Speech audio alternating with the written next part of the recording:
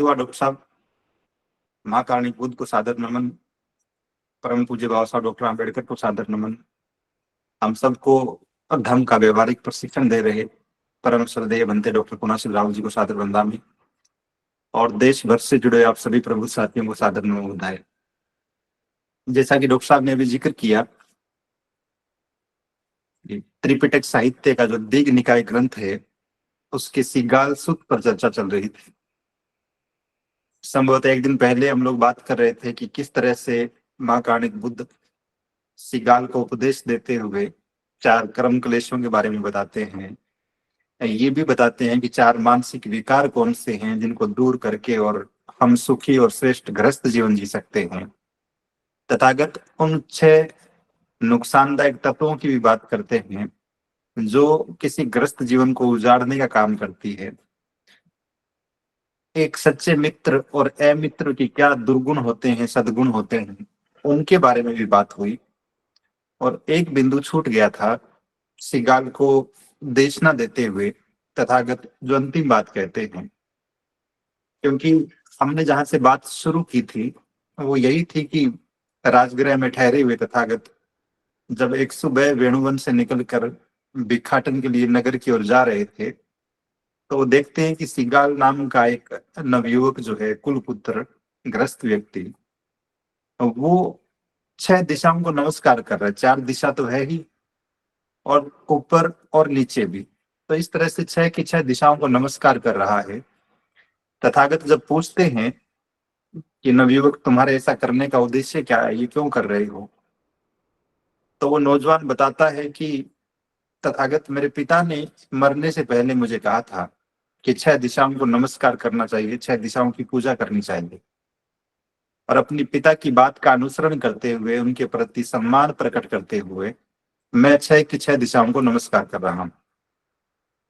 तो अपने देशना के अंतिम भाग में तथागत फिर उन 6 दिशाओं की बात करते हैं कि 6 दिशाओं सही मायने में है क्या, और यदि नमस्कार करना चाहिए, आप चाहते हैं कि पूजा करें, श्रद्धा रखें किसी दिशा के प्रति, तो उसका तरीका क्या हो, उसका मेथड क्या हो। तो तथागत सिगाल को देशना देते हुए कहते हैं, जब उसके मन में जिज्ञासा उत्पन्न हुई कि आपके हिसाब से, धम्म के हिसाब से 6 दिशाएं कौन सी हैं, तब तथागत कहते हैं कि माता पिता पूर्व दिशा, आचार्य दक्षिणा दिशा। कि माता पिता पूर्व दिशा की तरह होते हैं और जो आचार्य होते हैं, हमारे शिक्षक होते हैं, वो दक्षिण दिशा की तरह होते हैं। पुत दारा दिशा पच्छा, मिता मचा च उत्तरा। जो जीवन संगिनी होती है वो सही मायने में पश्चिम दिशा की तरह होती है, और जो दोस्त होते हैं, मित्र होते हैं, तो वो उत्तर दिशा की तरह होते हैं। दास कम करा हेटा। तथागत कहते हैं कि जो दास होते हैं, सेवक होते हैं, वो निचली दिशा की तरह, जैसे हम बात कर रहे पहले कि 4 दिशाएं तो है ही, एक ऊपर आसमान की ओर, दूसरी नीचे धरती की ओर, ये 6 दिशाएं। तो धरती की तरफ इशारा करते हुए, धरती से तुलना करते हुए कहते हैं। और जो सबसे श्रेष्ठ, सबसे ऊंची दिशा होती है आसमान की तरह, वो भिक्षुओं की, समणों की होती है। तो इस तरह से तथागत 6 दिशाएं बताते हैं और कहते हैं कि जो धर्म को मानने वाले लोग होते हैं, जो श्रेष्ठ लोग होते हैं, वो इन 6 दिशाओं को नमस्कार करते हैं। आज जब हम देखते हैं किसी एक व्यवस्था विशेष को, जहां इस तरह की मान्यताएं प्रचलन में दिखती है कि ये वाली दिशा जो है वो मंगलकारी नहीं होती, इस दिशा की तरफ मुंह नहीं करना चाहिए, इस दिशा की तरफ पैर नहीं करनी चाहिए, और तमाम तरह की बातें जो रूप बदलते बदलते आज किसी पाखंड की तरह प्रतीत होती है, लेकिन हजारों साल पहले तथागत ने जो बात कही तो वो इस रूप में है कि माता पिता पूर्व दिशा की तरह है, आचार्य दक्षिण दिशा की तरह है, जीवन संगिनी पश्चिम दिशा की तरह है, मित्र उत्तर दिशा की तरह है, सेवक, नौकर या दास जो उस जमाने में रहे होंगे, वो धरती की तरह नीचे की दिशा, और ठीक इसी तरह से जो भिक्षु है, जो समण है, तो वो ऊपरी दिशा की तरह। इस बात को स्पष्ट करते हुए तथागत कहते हैं कि जब हम ये स्वीकार कर लेते हैं कि माता पिता पूर्व दिशा है तो फिर हम ऐसा स्वीकार क्यों करें? क्योंकि धर्म में तो हर एक चीज के पीछे हम कारणों की बात करते हैं, कुछ भी अकारण नहीं है।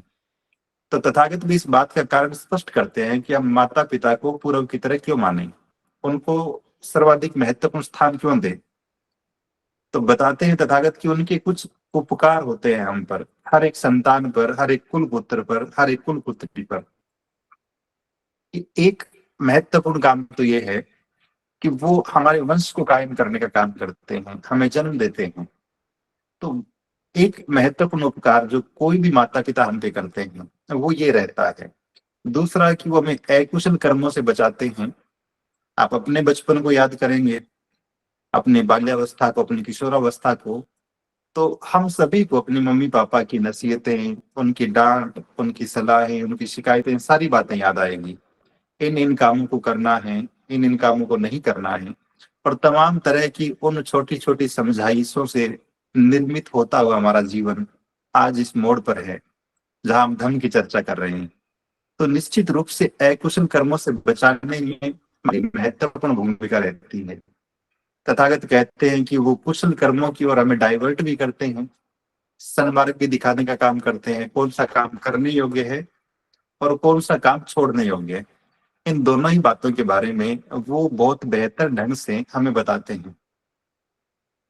एक कवि है राजेश चड्ढा, उनकी पंक्तियां मुझे याद आ रही है। वो कहते हैं कि बात बात पर कितना बिगड़ जाती है माँ, कि बात बात पर कितना बिगड़ जाती है माँ, माँ न होती तो मैं कितना बिगड़ गया होता।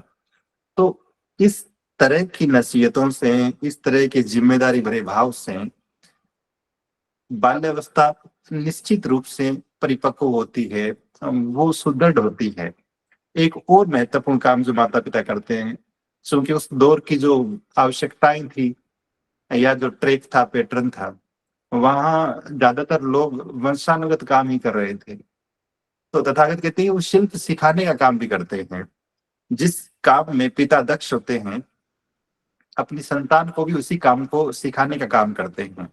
इसके साथ साथ अगर कोई लड़का है किसी घर में, तो माता पिता बहुत प्राथमिकता के साथ किसी सुयोग्य लड़की से उसका संबंध स्थापित करने का काम करते हैं। और यदि लड़की है घर में, तो किसी सुयोग्य लड़के से उसका संबंध स्थापित करने का काम करते हैं। और अंततः माता पिता, उनके पास जो भी धरोहर होती है, उनकी जो भी विरासत होती है, एक शब्द आता है पाली भाषा में दायज, कि वो श्रद्धेय भंते जी कई बार जिक्र करते हैं। तो वो अपनी उस विरासत से भी हमें, वो हमें सुपुर्द करते हैं, सौंप कर जाते हैं। तो ये सारे के सारे उपकार जब माता पिता करते हैं, तो तथागत कहते हैं निश्चित रूप से माता पिता का स्थान हम सब के जीवन में बड़ा महत्वपूर्ण है। उनकी भूमिका पूर्व दिशा की तरह है। उन्हें हम एक दिशा मानकर कि हमारे जीवन के एक बहुत बड़े हिस्से को वो सुरक्षा दे रहे हैं, उसे गति दे रहे हैं, और इस वजह से वो नमस्कार करने योग्य है। तो हम उनके इन सारे के सारे उपकारों का किस तरह से कृतज्ञता ज्ञापित कर सकते हैं, इस बारे में भी तथागत स्पष्ट करते हैं। कहते हैं कि जिस तरह से माता पिता ने अपना कुल, अपना वंश कायम रखा, स्वाभाविक रूप से उन्होंने वैवाहिक संबंध स्थापित किए, उन्होंने संतान पैदा की, तो संतानों की भी जिम्मेदारी है कि वो वंश कायम रहे, वो कुल कायम रहे। इस वजह से वो भी इस परंपरा को बनाए रखें। एक काम तो ये। दूसरा कि वो जिस तरह से बचपन में, किशोरावस्था में हम बच्चों का पालन पोषण कर रहे थे, भरण पोषण कर रहे थे माता पिता, वृद्धावस्था में हमारी जिम्मेदारी है कि हम उनका पालन पोषण करें। आज हम जिस तरह का माहौल देखते हैं और चारों तरफ की शिकायतें जब देखने को मिलती है कि बच्चे जो है माता पिता का ध्यान नहीं रखते हैं, और बहुत सारे मेट्रो सिटीज में हम जो वृद्धाश्रम देखते हैं, और भी तरह तरह की खबरें आए दिन अखबार में आती है। कभी किसी के बच्चे जो है विदेश में जाकर सेटल हो गए हैं, इधर मम्मी या पापा की डेड बॉडी मिलती है कई दिनों बाद, जब पड़ोसियों को दुर्गंध आने लगती है तब पता चलता है कि इस घर में किसी की डेथ हो चुकी है। तो इस विकट दौर में जहां रिश्तों में दूरियां बढ़ती जा रही है, बच्चे जो है किसी भी प्रकार की कृतज्ञता के भाव से दूर होते चले जा रहे हैं, तब तथागत की ये बात, ये देशना बड़ी महत्वपूर्ण है एक बहुत बड़ी नसीहत है हम सभी ग्रस्त लोगों के लिए कि किस तरह से जिन लोगों ने हम पे उपकार किया है, जिन लोगों ने हमें सहारा देने का काम किया बचपन में, जब बुढ़ापे में उन लोगों को जरूरत महसूस होती है, तब हमारी जिम्मेदारी बनती है कि हम भी ठीक उसी तरीके से अपने माता पिता का पालन पोषण करें, उनका भरण पोषण करें, उनकी सेवा करें। तीसरा, तथागत कहते हैं कि ऐसे अनेक अवसर आए बचपन में जब आपके माता पिता आपकी सहायता करते हैं, जिस किसी भी काम को आप करना चाहते हैं उसकी सहायता करते हैं। तो ऐसे में जब हम बड़े हो जाते हैं तो हमारी भी ये जिम्मेदारी बनती है कि हम भी अपने माता पिता की सेवा करें, उनकी सहायता करें।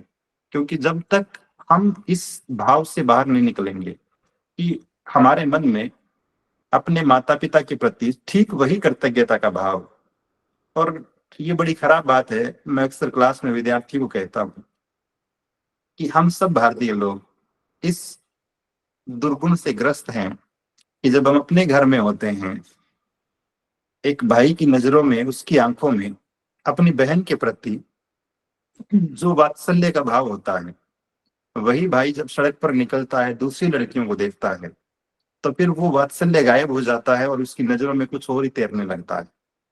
जिस सम्मान की दृष्टि से, सम्मान भरी नजरों से, सम्मान के भाव से हम अपने घर के बुजुर्गों को देखते हैं, लेकिन जब घर से बाहर निकलते हैं तो दूसरे बुजुर्गों को देखकर हमारी हालत, हमारे विचार, हमारा व्यवहार बिल्कुल उल्टा हो जाता है।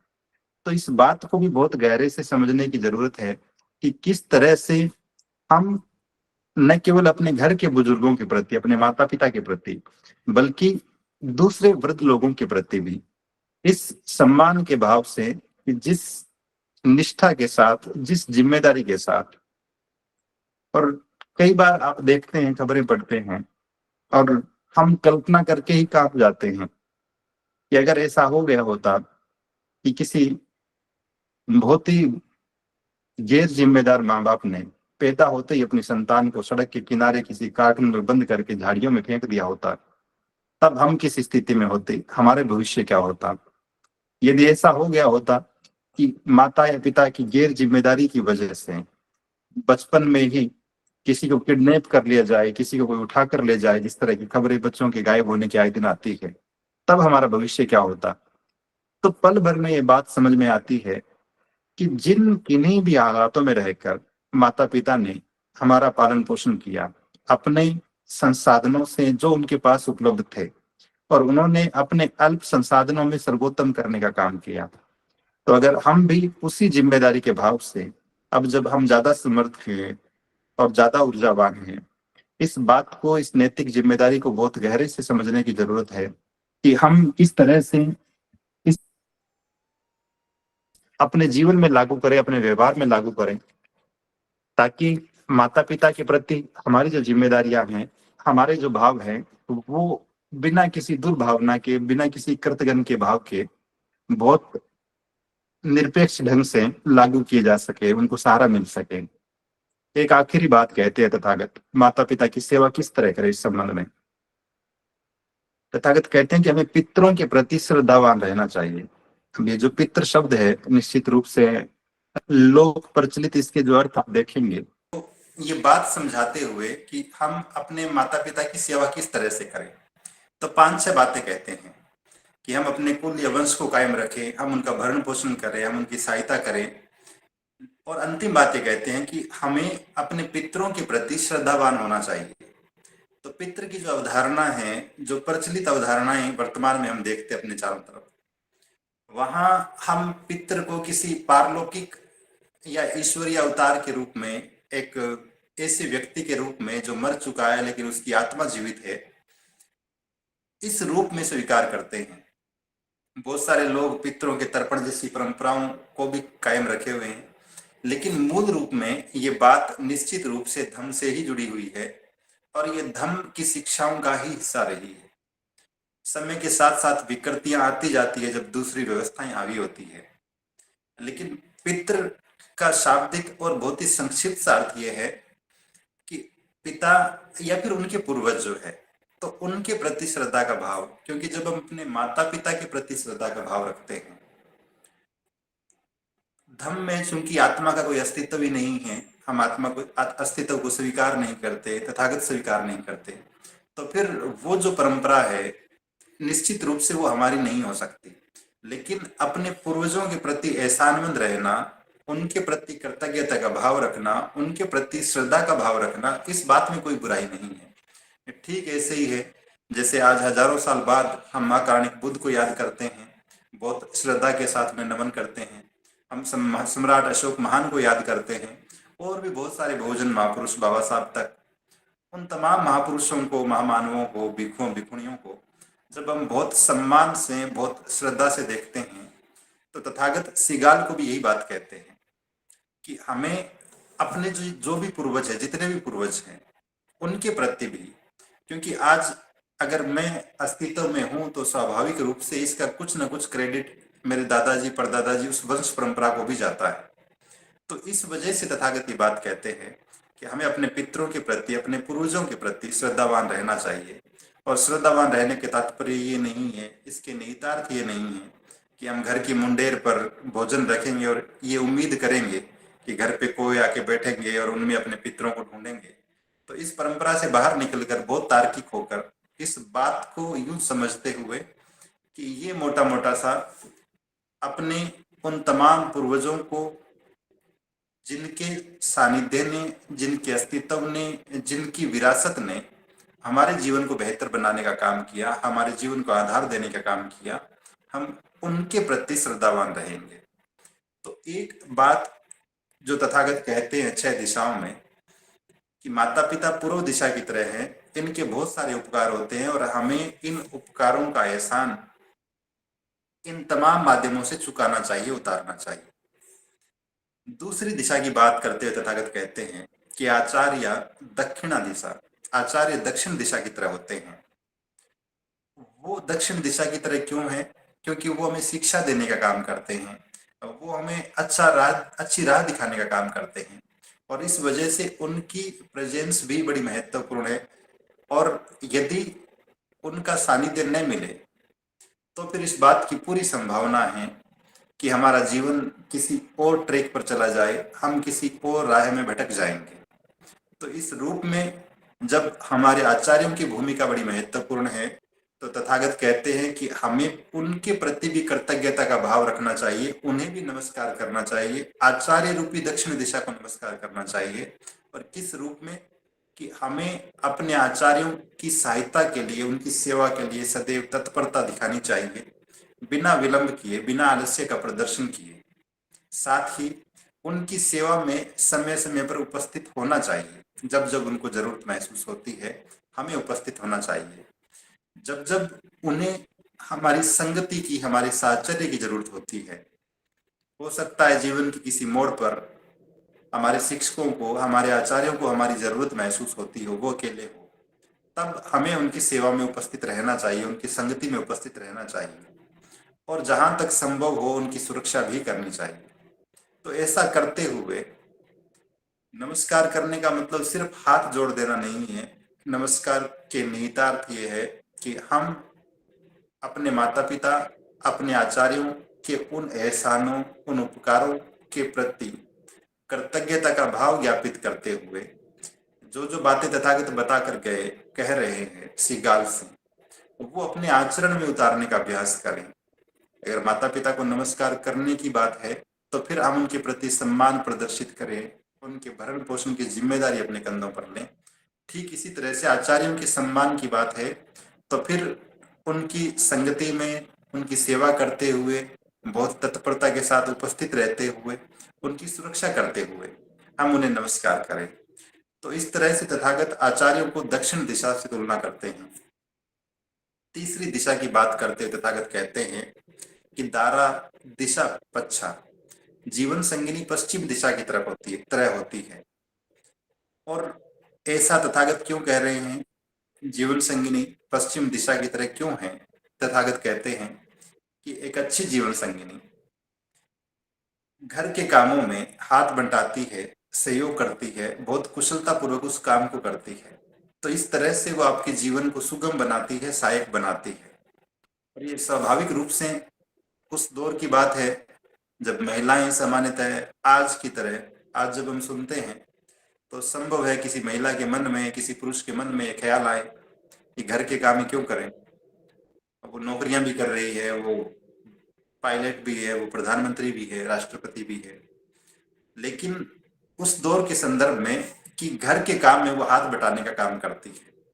दूसरी बात कि वो परिजनों की सेवा करने का काम करती है। घर में 4 सदस्य हो, 6 सदस्य हो, वो बहुत जिम्मेदारी के भाव के साथ सबकी सेवा करने का काम करती है।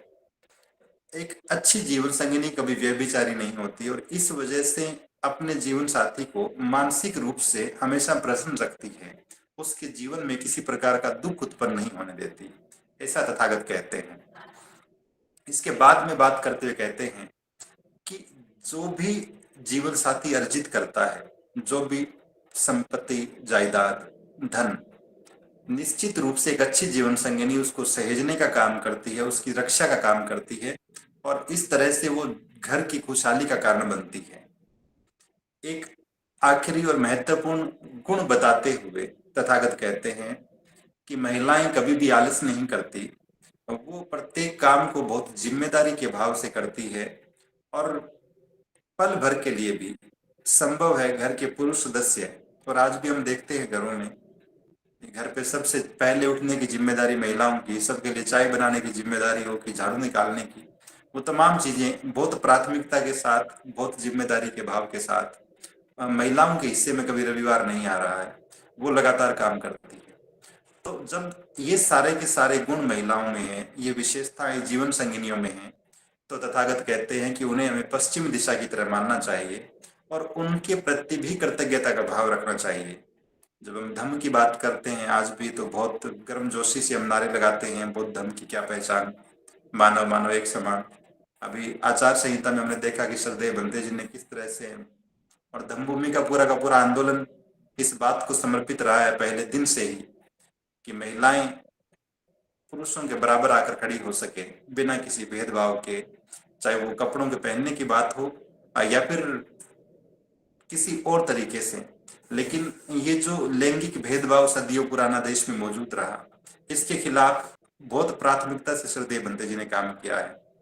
तो वही बात तथागत कहते हैं कि जब महिलाएं इतनी तत्परता के साथ, इतनी प्राथमिकता के साथ, और आप बहुत सहजता से कल्पना कर लीजिए इस बात की कि जब धम्म महिलाओं को सम्मान का, बराबरी का दर्जा दे रहा है, हम धम्म में भिखुणियों को देख रहे हैं, थेरियों को देख रहे हैं, बहुत विदुषी महिलाएं धम्म के इतिहास में जिनका जिक्र बार बार आता है, उन्हें देख रहे हैं।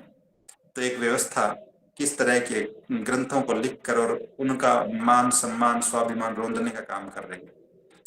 तो तथागत कहते हैं कि अपनी जीवन संगिनी के प्रति सम्मान प्रदर्शित करने के लिए, कृतज्ञता ज्ञापित करने के लिए हर जीवन साथी की जिम्मेदारी है कि वो क्या काम करे। पहला काम कि वो अपनी जीवन संगिनी के प्रति बहुत ही सम्मान का भाव रखे, बहुत इज्जत के भाव से उसे देखे। तो जितनी भी घरेलू हिंसाएं हम देखते हैं, जब हम धर्म की बात करेंगे स्वाभाविक रूप से सदाचरण की बात आएगी। तो महिलाओं के साथ झगड़ा करने की बात हो, उन्हें गालियां निकालने की बात हो, दहेज के लिए प्रताड़ित करने की बात हो, या फिर किसी भी प्रकार की और हिंसा करने की, इन तमाम चीजों के बिल्कुल विपरीत खड़ा है हमारा धर्म। और धर्म की शिक्षाएं निरंतर इस बात के लिए प्रेरित करती है कि हम महिलाओं को बहुत ही सम्मान की नजरों से देखें, हमारा व्यवहार, हमारा आचरण महिलाओं के प्रति सम्मानजनक हो। दूसरा, तथागत कहते हैं कि हम महिलाओं के प्रति, जीवन संगिनी के प्रति अपनी कृतज्ञता कैसे ज्ञापित करें, कभी भी उनका अपमान न करें। ऐसा अवसर नहीं आना चाहिए जब हमारे किसी कार्य की वजह से घर की महिलाएं या फिर दूसरी महिलाएं अपमानित महसूस करें। अगर हम ऐसा करेंगे, ऐसा करना हमारी आदत का हिस्सा है, तो निश्चित रूप से न तो घर में खुशहाली है, न जीवन में खुशहाली है, न मन में शांति है, न घर में शांति है। तो इस बात के लिए भी बहुत प्राथमिकता से हमें प्रतिबद्ध होना पड़ेगा कि सम्मान के साथ साथ अपमान का रत्ती भर भी भाव हमारे मन में न हो, और हम बहुत जिम्मेदारी के साथ इस बात के वाहक बने, अपने घर में इस परंपरा को स्थापित करें कि बौद्ध लोग महिलाओं को बहुत सम्मान और बहुत ही उच्च प्रतिष्ठा के भाव से देखते हैं और वो कभी भी उनका अपमान नहीं करते। तीसरी बात, तथागत कहते हैं कि जब एक अच्छी जीवन संगिनी कभी व्यभिचारिणी नहीं होती, वो कभी व्यभिचार करके अपने परिवार को, अपने घर को, अपने जीवन साथी को लज्जित करने का काम नहीं करती, तो फिर पुरुष साथियों की भी ये जिम्मेदारी है कि वो भी व्यभिचार के खड्डे से अपने आप को बचाएं, उससे दूर रहें, ताकि हमारी जीवन संगिनी भी सर उठाकर चल सके, वो भी बहुत गर्व से जी सके और उसे हमारे गलत कामों की वजह से उसको उल्हाने सहन न करने पड़े, उसके जीवन पर किसी प्रकार का संकट न आए। आज जिस तरह की घटनाएं हम देख रहे हैं, और आज जब हम इस गूगल मीट में बात कर रहे हैं, तो दो उदाहरण मुझे याद आ रहे हैं। एक तो वो उदाहरण जिसमें एक महिला जो है अपने प्रेमी के साथ मिलकर अपने जीवन साथी को हत्या करने के बाद उसे एक ड्रम में डाल देती है, और फिर एक और घटना कुछ दिनों बाद घटित हुई जो सोशल मीडिया पे आए दिन तैरती रहती है हमारी आंखों के सामने। और ऐसे भी अनेक प्रसंग आते हैं जब पुरुष अपनी प्रेमिका के साथ मिलकर अपनी जीवन संगिनी को नुकसान पहुंचा रहा है, उससे दूरियां बना रहा है।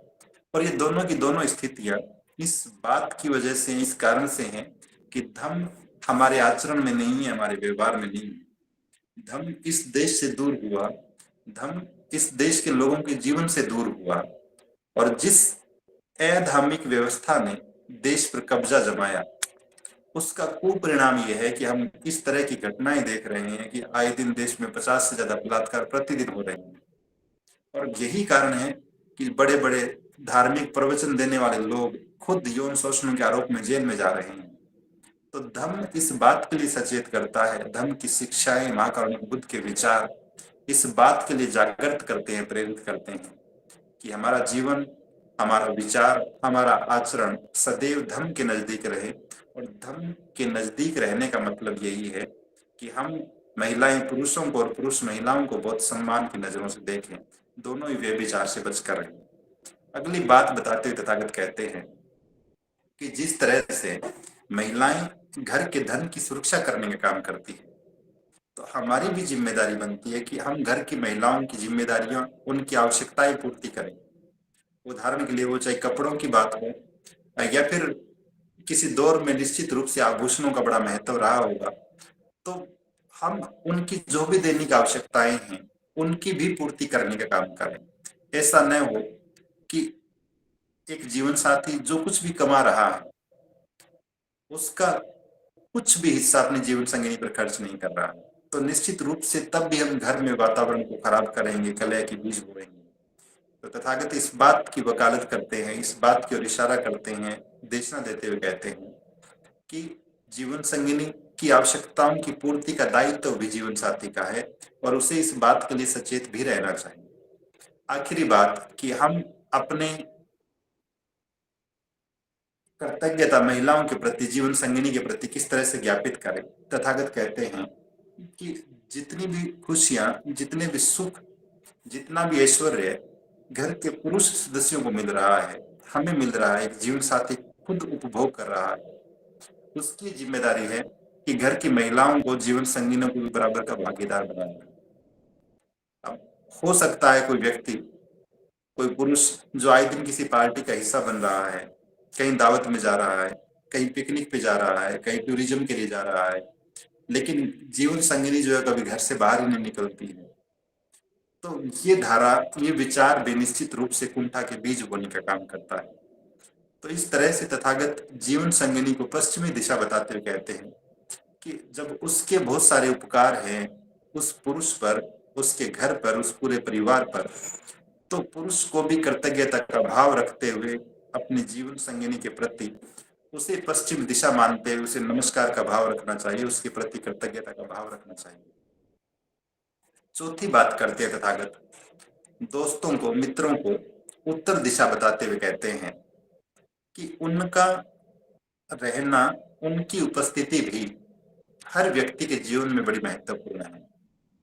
किस तरह से कि जब कभी भी आप आलस में पड़कर, प्रमाद में पड़कर किसी भी प्रकार की गलती करते हैं, तब आपके दोस्त आपकी रक्षा करने का काम करते हैं, आपके मित्र आपको उस प्रमाद से बचाने का काम करते हैं। जब भी आपकी प्रॉपर्टी पर, आपकी जायदाद पर संकट आता है, आपके दोस्त तब भी आपकी रक्षा करते हैं। और जब भी आप भयग्रस्त होते हैं, डर के माहौल में होते हैं, दोस्त तब भी आपको बचाने का काम करते हैं।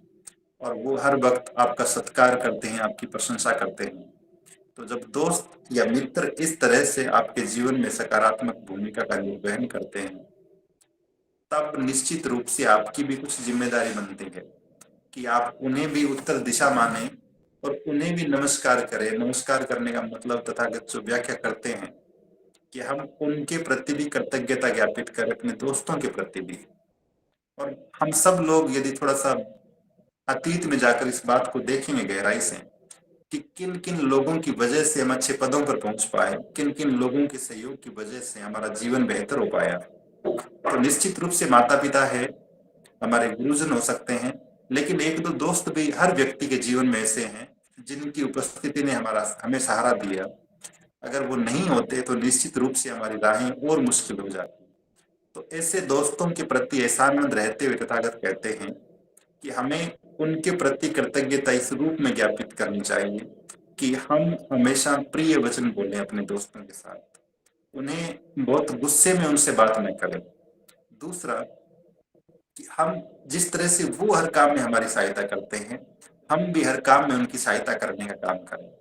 जिस तरह से वो हमारे साथ समानता का व्यवहार करते हैं, हम भी उनके साथ समानता का व्यवहार करें। जिस तरह वो हम पे भरोसा करते हैं, हम भी उन पर भरोसा करने का काम करें। और जिस तरह से वो हमारी आर्थिक रूप से सहायता करते हैं जब हमें धन की जरूरत होती है, तो जब उन्हें जरूरत पड़ती है तो हम भी उनकी सहायता करें। तो इस तरह से तथागत दोस्त को, मित्रों को उत्तर दिशा बताते हुए जब उन्हें नमस्कार करने की बात कहते हैं, उनके प्रति श्रद्धा भाव रखने की बात कहते हैं, तो ये सारे के सारे काम करते हुए, इन बातों को अपने आचरण में उतारते हुए अपने व्यवहार को धर्म के अनुकूल बनाने की बात करते हैं।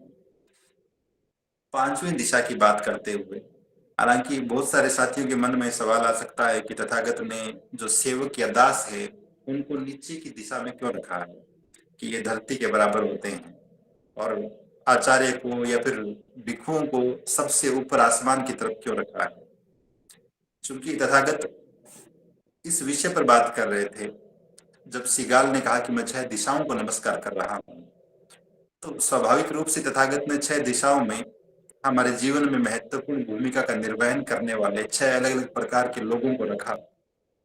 तो किसी एक को इस दिशा में आना ही था, लेकिन फिर भी शाब्दिक रूप से सुनने में भले ही ऐसा लगता हो, लेकिन जब हम देखेंगे कि तथागत सेवकों के साथ, दासों के साथ किस तरह का व्यवहार करने की बात करते हैं, तब हमें समझ में आएगी ये बात कि तथागत कितना उच्चतम स्थान देते हैं घर के दासों को, नौकरों को, सेवकों को भी। तथागत कहते हैं कि एक दास या नौकर जो है वो भी बहुत सारे उपकार करता है ग्रस्त लोगों पर। किस तरह से कि वो मालिक से पहले उठता है। हो सकता है घर का मालिक देरी से उठता हो, लेकिन उस घर का नौकर, उस घर का सेवक या दास अपने मालिक से पहले उठ जाता है। रात के वक्त भी मालिक पहले सोता है, तो वो घर का चौकीदार, घर का नौकर सबसे अंत में सोने का काम करता है। जितना उसको दिया जाता है वो उतना ही लेता है, उससे ज्यादा लेने का प्रयास नहीं करता। ये लालच उसके मन में नहीं आता कि स्वामी ने जो दिया है, मेरे मालिक ने, मेरे बॉस ने मुझे जो कुछ दिया है, बस यही स्वीकार करना है। ऐसा भाव, ऐसा सद्गुण उसमें रहता है। और इसके साथ साथ हर एक काम को जो उसे दिया जाता है वो बहुत जिम्मेदारी के भाव से करता है, ताकि किसी भी प्रकार का व्यवधान उस काम में न हो, अपने स्वामी के जीवन में न हो। और अंतिम जो उपकार करता है एक सेवक अपने मालिक पर, हम गृहस्थ लोगों पर, वो ये कि वो अपने मालिक की बहुत बार प्रशंसा ही करता है। यदि उसका व्यवहार अच्छा होता है तो वो उसका यश, उसकी कीर्ति बढ़ाने का काम कर रहा होता है। तो जब ये सारे काम कोई सेवक या दास करता है, तब तथागत कहते हैं कि हम कितना या किस प्रकार से कृतज्ञता ज्ञापित करें। और ये बात पढ़ते हुए जब मैं इस प्रसंग को पढ़ रहा था, मैं घनघोर आश्चर्यचकित हुआ और एक तरह से एक नई डायरेक्शन मिली सोचने की दिशा को, कि जब हम बाबा साहब डॉक्टर अम्बेडकर की बात करते हैं और ये सोचते हैं कि 1942 से लेकर 1946 तक जब वाइस राय की काउंसलिंग काउंसिल में बाबा साहब जो है लेबर डिपार्टमेंट देख रहे हैं, तो बाबा साहब भारतीय श्रमिकों के हित में बहुत सारे प्रावधान करते हैं। आप सबने सुने पढ़े होंगे कि बाबा साहब काम के घंटे कम करने का काम करते हैं। पहले भारतीय मजदूर 14 घंटे काम कर रहे थे, बाबा साहब हस्तक्षेप करते हैं और वो काम के घंटों की संख्या 8 हो जाती है। बाबा साहब ये प्रावधान करते हैं कि महिलाओं और पुरुषों को समान वेतन मिले। बाबा साहब ये प्रावधान करते हैं कि जिसकी जैसी सामर्थ्य है उसी अनुरूप उसे काम मिले। ये भी प्रावधान करते हैं कि जब कोई बीमार हो तो उसे मेडिकल लीव मिले, महिला अगर प्रेग्नेंट है तो उसे भी अवकाश मिले और साथ साथ वेतन भी मिलता है। ये सारी चीजें जब हम 1942 से 46 के भारत में देखते हैं बाबा साहब को करते हुए, तो एक गर्व करने योग्य जानकारी जो मैं आपसे साझा कर रहा हूँ वो ये है कि ये सारी की सारी बातें तथागत जो है सिगाल को कहते हैं कि हम अपने दासों के साथ, सेवकों के साथ व्यवहार कैसा करें। मैं इस बात को और स्पष्ट करूं, तथागत कहते हैं कि मालिक को एक सेवक के साथ, दास के साथ, नौकर के साथ कैसा व्यवहार करना चाहिए, उसे कर्तव्य कैसे रहना चाहिए। तथागत कहते हैं कि पहला काम कि जैसी उसकी शारीरिक सामर्थ्य हो उसे वैसा ही काम देना चाहिए। ये नहीं हो कि एक बहुत कमजोर आदमी है और उसको उसके शारीरिक बल के मुकाबले बहुत ज्यादा काम दे दिया गया, निश्चित रूप से वो नहीं कर पाएगा और यदि करेगा भी तो ये उसका शोषण होगा एक तरह से। तो पहली बात तथागत कहते हैं कि उसकी सामर्थ्य के अनुसार ही उसे काम दिया जाए। दूसरी बात कि मालिक की जिम्मेदारी है कि अपने सेवक के भोजन और वेतन की समुचित व्यवस्था करे। राजस्थान के संदर्भ में विशेष रूप से यदि मैं बात करूं तो आजादी के बाद भी यह बेगार प्रथा रही है। और आप सब जानते हैं कि बेगार का मतलब था कि सामंत या जमींदार गांव या नगर के मजदूरों से काम करवाते थे दिन भर और बदले में पैसे नहीं देते थे, फ्री में काम करना होता था, इसको बेगार कहते थे। तो ये बेगार प्रथा लंबे समय तक जारी रही है, लेकिन हजारों साल पहले तथागत कह रहे हैं कि मालिक की जिम्मेदारी है कि वो भोजन की और वेतन की व्यवस्था करेगा अपने सेवक के लिए। साथ ही जब वो बीमार होगा तो उसकी सेवा के, उसके ट्रीटमेंट की, उसके इलाज की व्यवस्था करना भी मालिक की जिम्मेदारी है। इसके अतिरिक्त उसको वेतन मिले, पर्याप्त वेतन। और हम जो मेडिकल लीव की बात करते हैं, हम जो महिलाओं के मातृत्व अवकाश की बात करते हैं, और मैं तो बहुत जिम्मेदारी से आप सभी से ये बात कह रहा हूँ कि आज के बाद यदि किसी को बताना पड़े कि बाबा साहब डॉक्टर अम्बेडकर ने भारतीय श्रमिकों के लिए जो प्रावधान किए, चाहे वो मेडिकल लीव के, मैटरनिटी लीव के, समान वेतन के, काम के घंटे बढ़ाने के, तो बहुत गर्व से ये बात साझा करिए, बताइए लोगों को कि बाबा साहब ने ये सारी की सारी बातें महाकारुणिक बुद्ध के उस महान देशना से ली जो उन्होंने सिगाल को दी थी, जिसका जिक्र दीघ निकाय नाम के धम्म ग्रंथ में आता है। क्योंकि अक्सर जब हम भारतीय संविधान की बात करते हैं तो पढ़ते हैं कि मूल कर्तव्य उस देश से लिए, मूल अधिकार वहां से लिए, न्यायपालिका का सिस्टम वहां से, लेकिन इन सारी बातों को सामान्यतः में इग्नोर कर देते हैं या हमारी जानकारी में ही नहीं होती। तो तथागत कहते हैं कि उसकी चिकित्सा की व्यवस्था, उसके इलाज की व्यवस्था, उसके अवकाश की व्यवस्था और घर में जो सबसे उत्तम पदार्थ हो उपलब्ध, वो चाहे खाने का हो या पीने का हो, पेय पदार्थ हो, और वो भी एक मालिक की जिम्मेदारी है कि वो अपने सेवक को उपलब्ध करवाए और उसको समय पर छुट्टी भी प्रदान करे, अवकाश प्रदान करे।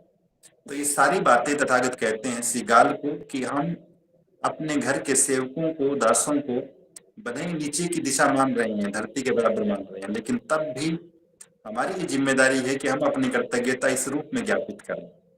और आखिरी बात तथागत कहते हैं कि किस तरह से सबसे ऊपरी दिशा, आसमान की तरफ नमस्कार करने के निहितार्थ क्या, इस बात का मतलब क्या है। तथागत कहते हैं कि जो ऊपरी दिशा है वो भिक्षुओं की है, वो समणों की है, और इनकी भूमिका भी बड़ी महत्वपूर्ण है हमारे लिए, क्योंकि वो अकुशल कर्मों से बचाते हैं, हमें धर्म की राह दिखाते हैं, सद्धर्म की राह दिखाते हैं, और वो हमारे कल्याण का काम करते हैं। जो कुछ हम नहीं जानते उससे परिचित करवाते हैं, और जो हमने सुन रखा है, जो जानते हैं धर्म की बातों को, यदि हम जानते भी हैं तो वो लगातार उस पर जिक्र करते हुए, चर्चाएं करते हुए, उसका प्रशिक्षण देते हुए हमें धम्म में दृढ़ता से स्थापित करने का काम करते हैं। और अंततः सारे के सारे भिक्षु हमें निब्बान का मार्ग बताने का काम करते हैं। सारी की सारी भिक्षुणियां हमें निब्बान की राह तक लेकर जाती है। तो इन सारे के सारे कारणों से, और वो भी बिना किसी स्वार्थ के, बिना ये सोचे कि हमें बदले में क्या मिलेगा।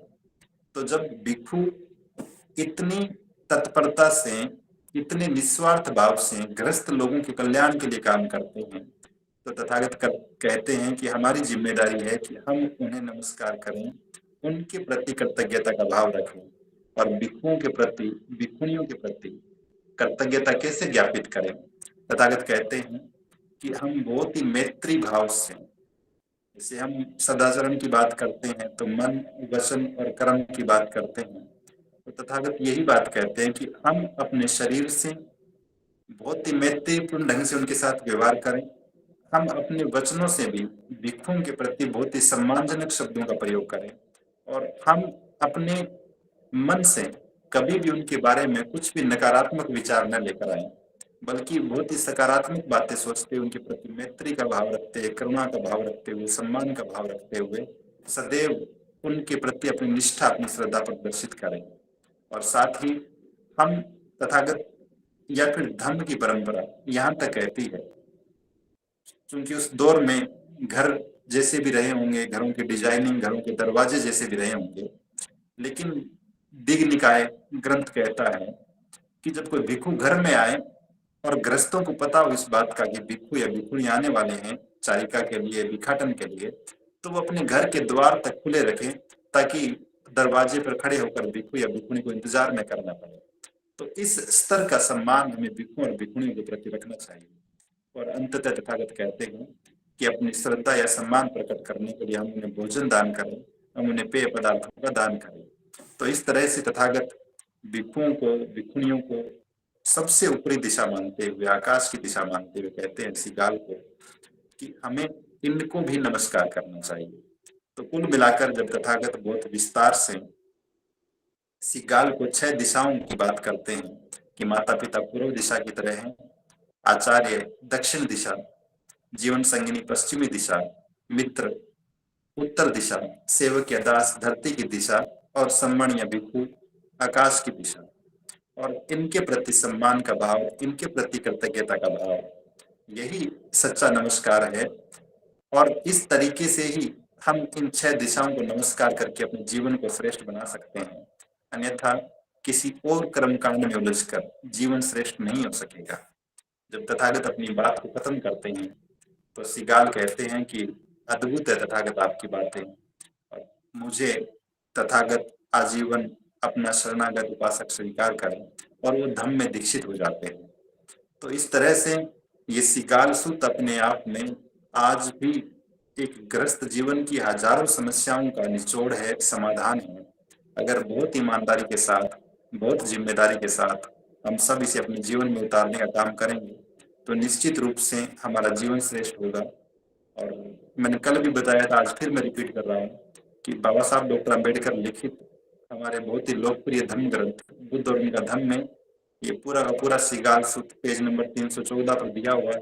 आप पढ़ना चाहें तो दोबारा पढ़िएगा इसको, वह थोड़ा संक्षेप में है, हम गूगल मीट में थोड़ा सा विस्तार से बात कर सकें। तो मैं अपनी बात को यहीं विराम दे रहा हूँ। आप सभी ने ध्यानपूर्वक सुना होगा, सभी को बहुत बहुत साधुवाद। श्रद्धेय बंते जी को भी विशेष साधुवाद कि उनकी सद प्रेरणा से हम धम्म के ग्रंथों का लगातार अध्ययन कर रहे हैं और ये चर्चाएं लगातार चल रही है। महाबोधि विहार मुक्ति आंदोलन में बैठे उन तमाम साथियों को, प्रबुद्ध भिक्षुओं भिक्षुणियों को भी साधुवाद, जो तीसरे महीने में प्रवेश कर चुके आंदोलन लगातार जारी है। तो आप सभी के प्रति साधुवाद ज्ञापित करते हुए अपनी बात को यूं विराम दे रहा हूँ। नमो बुद्धाय। श्रद्धेय बंते जी को साधु प्रणाम।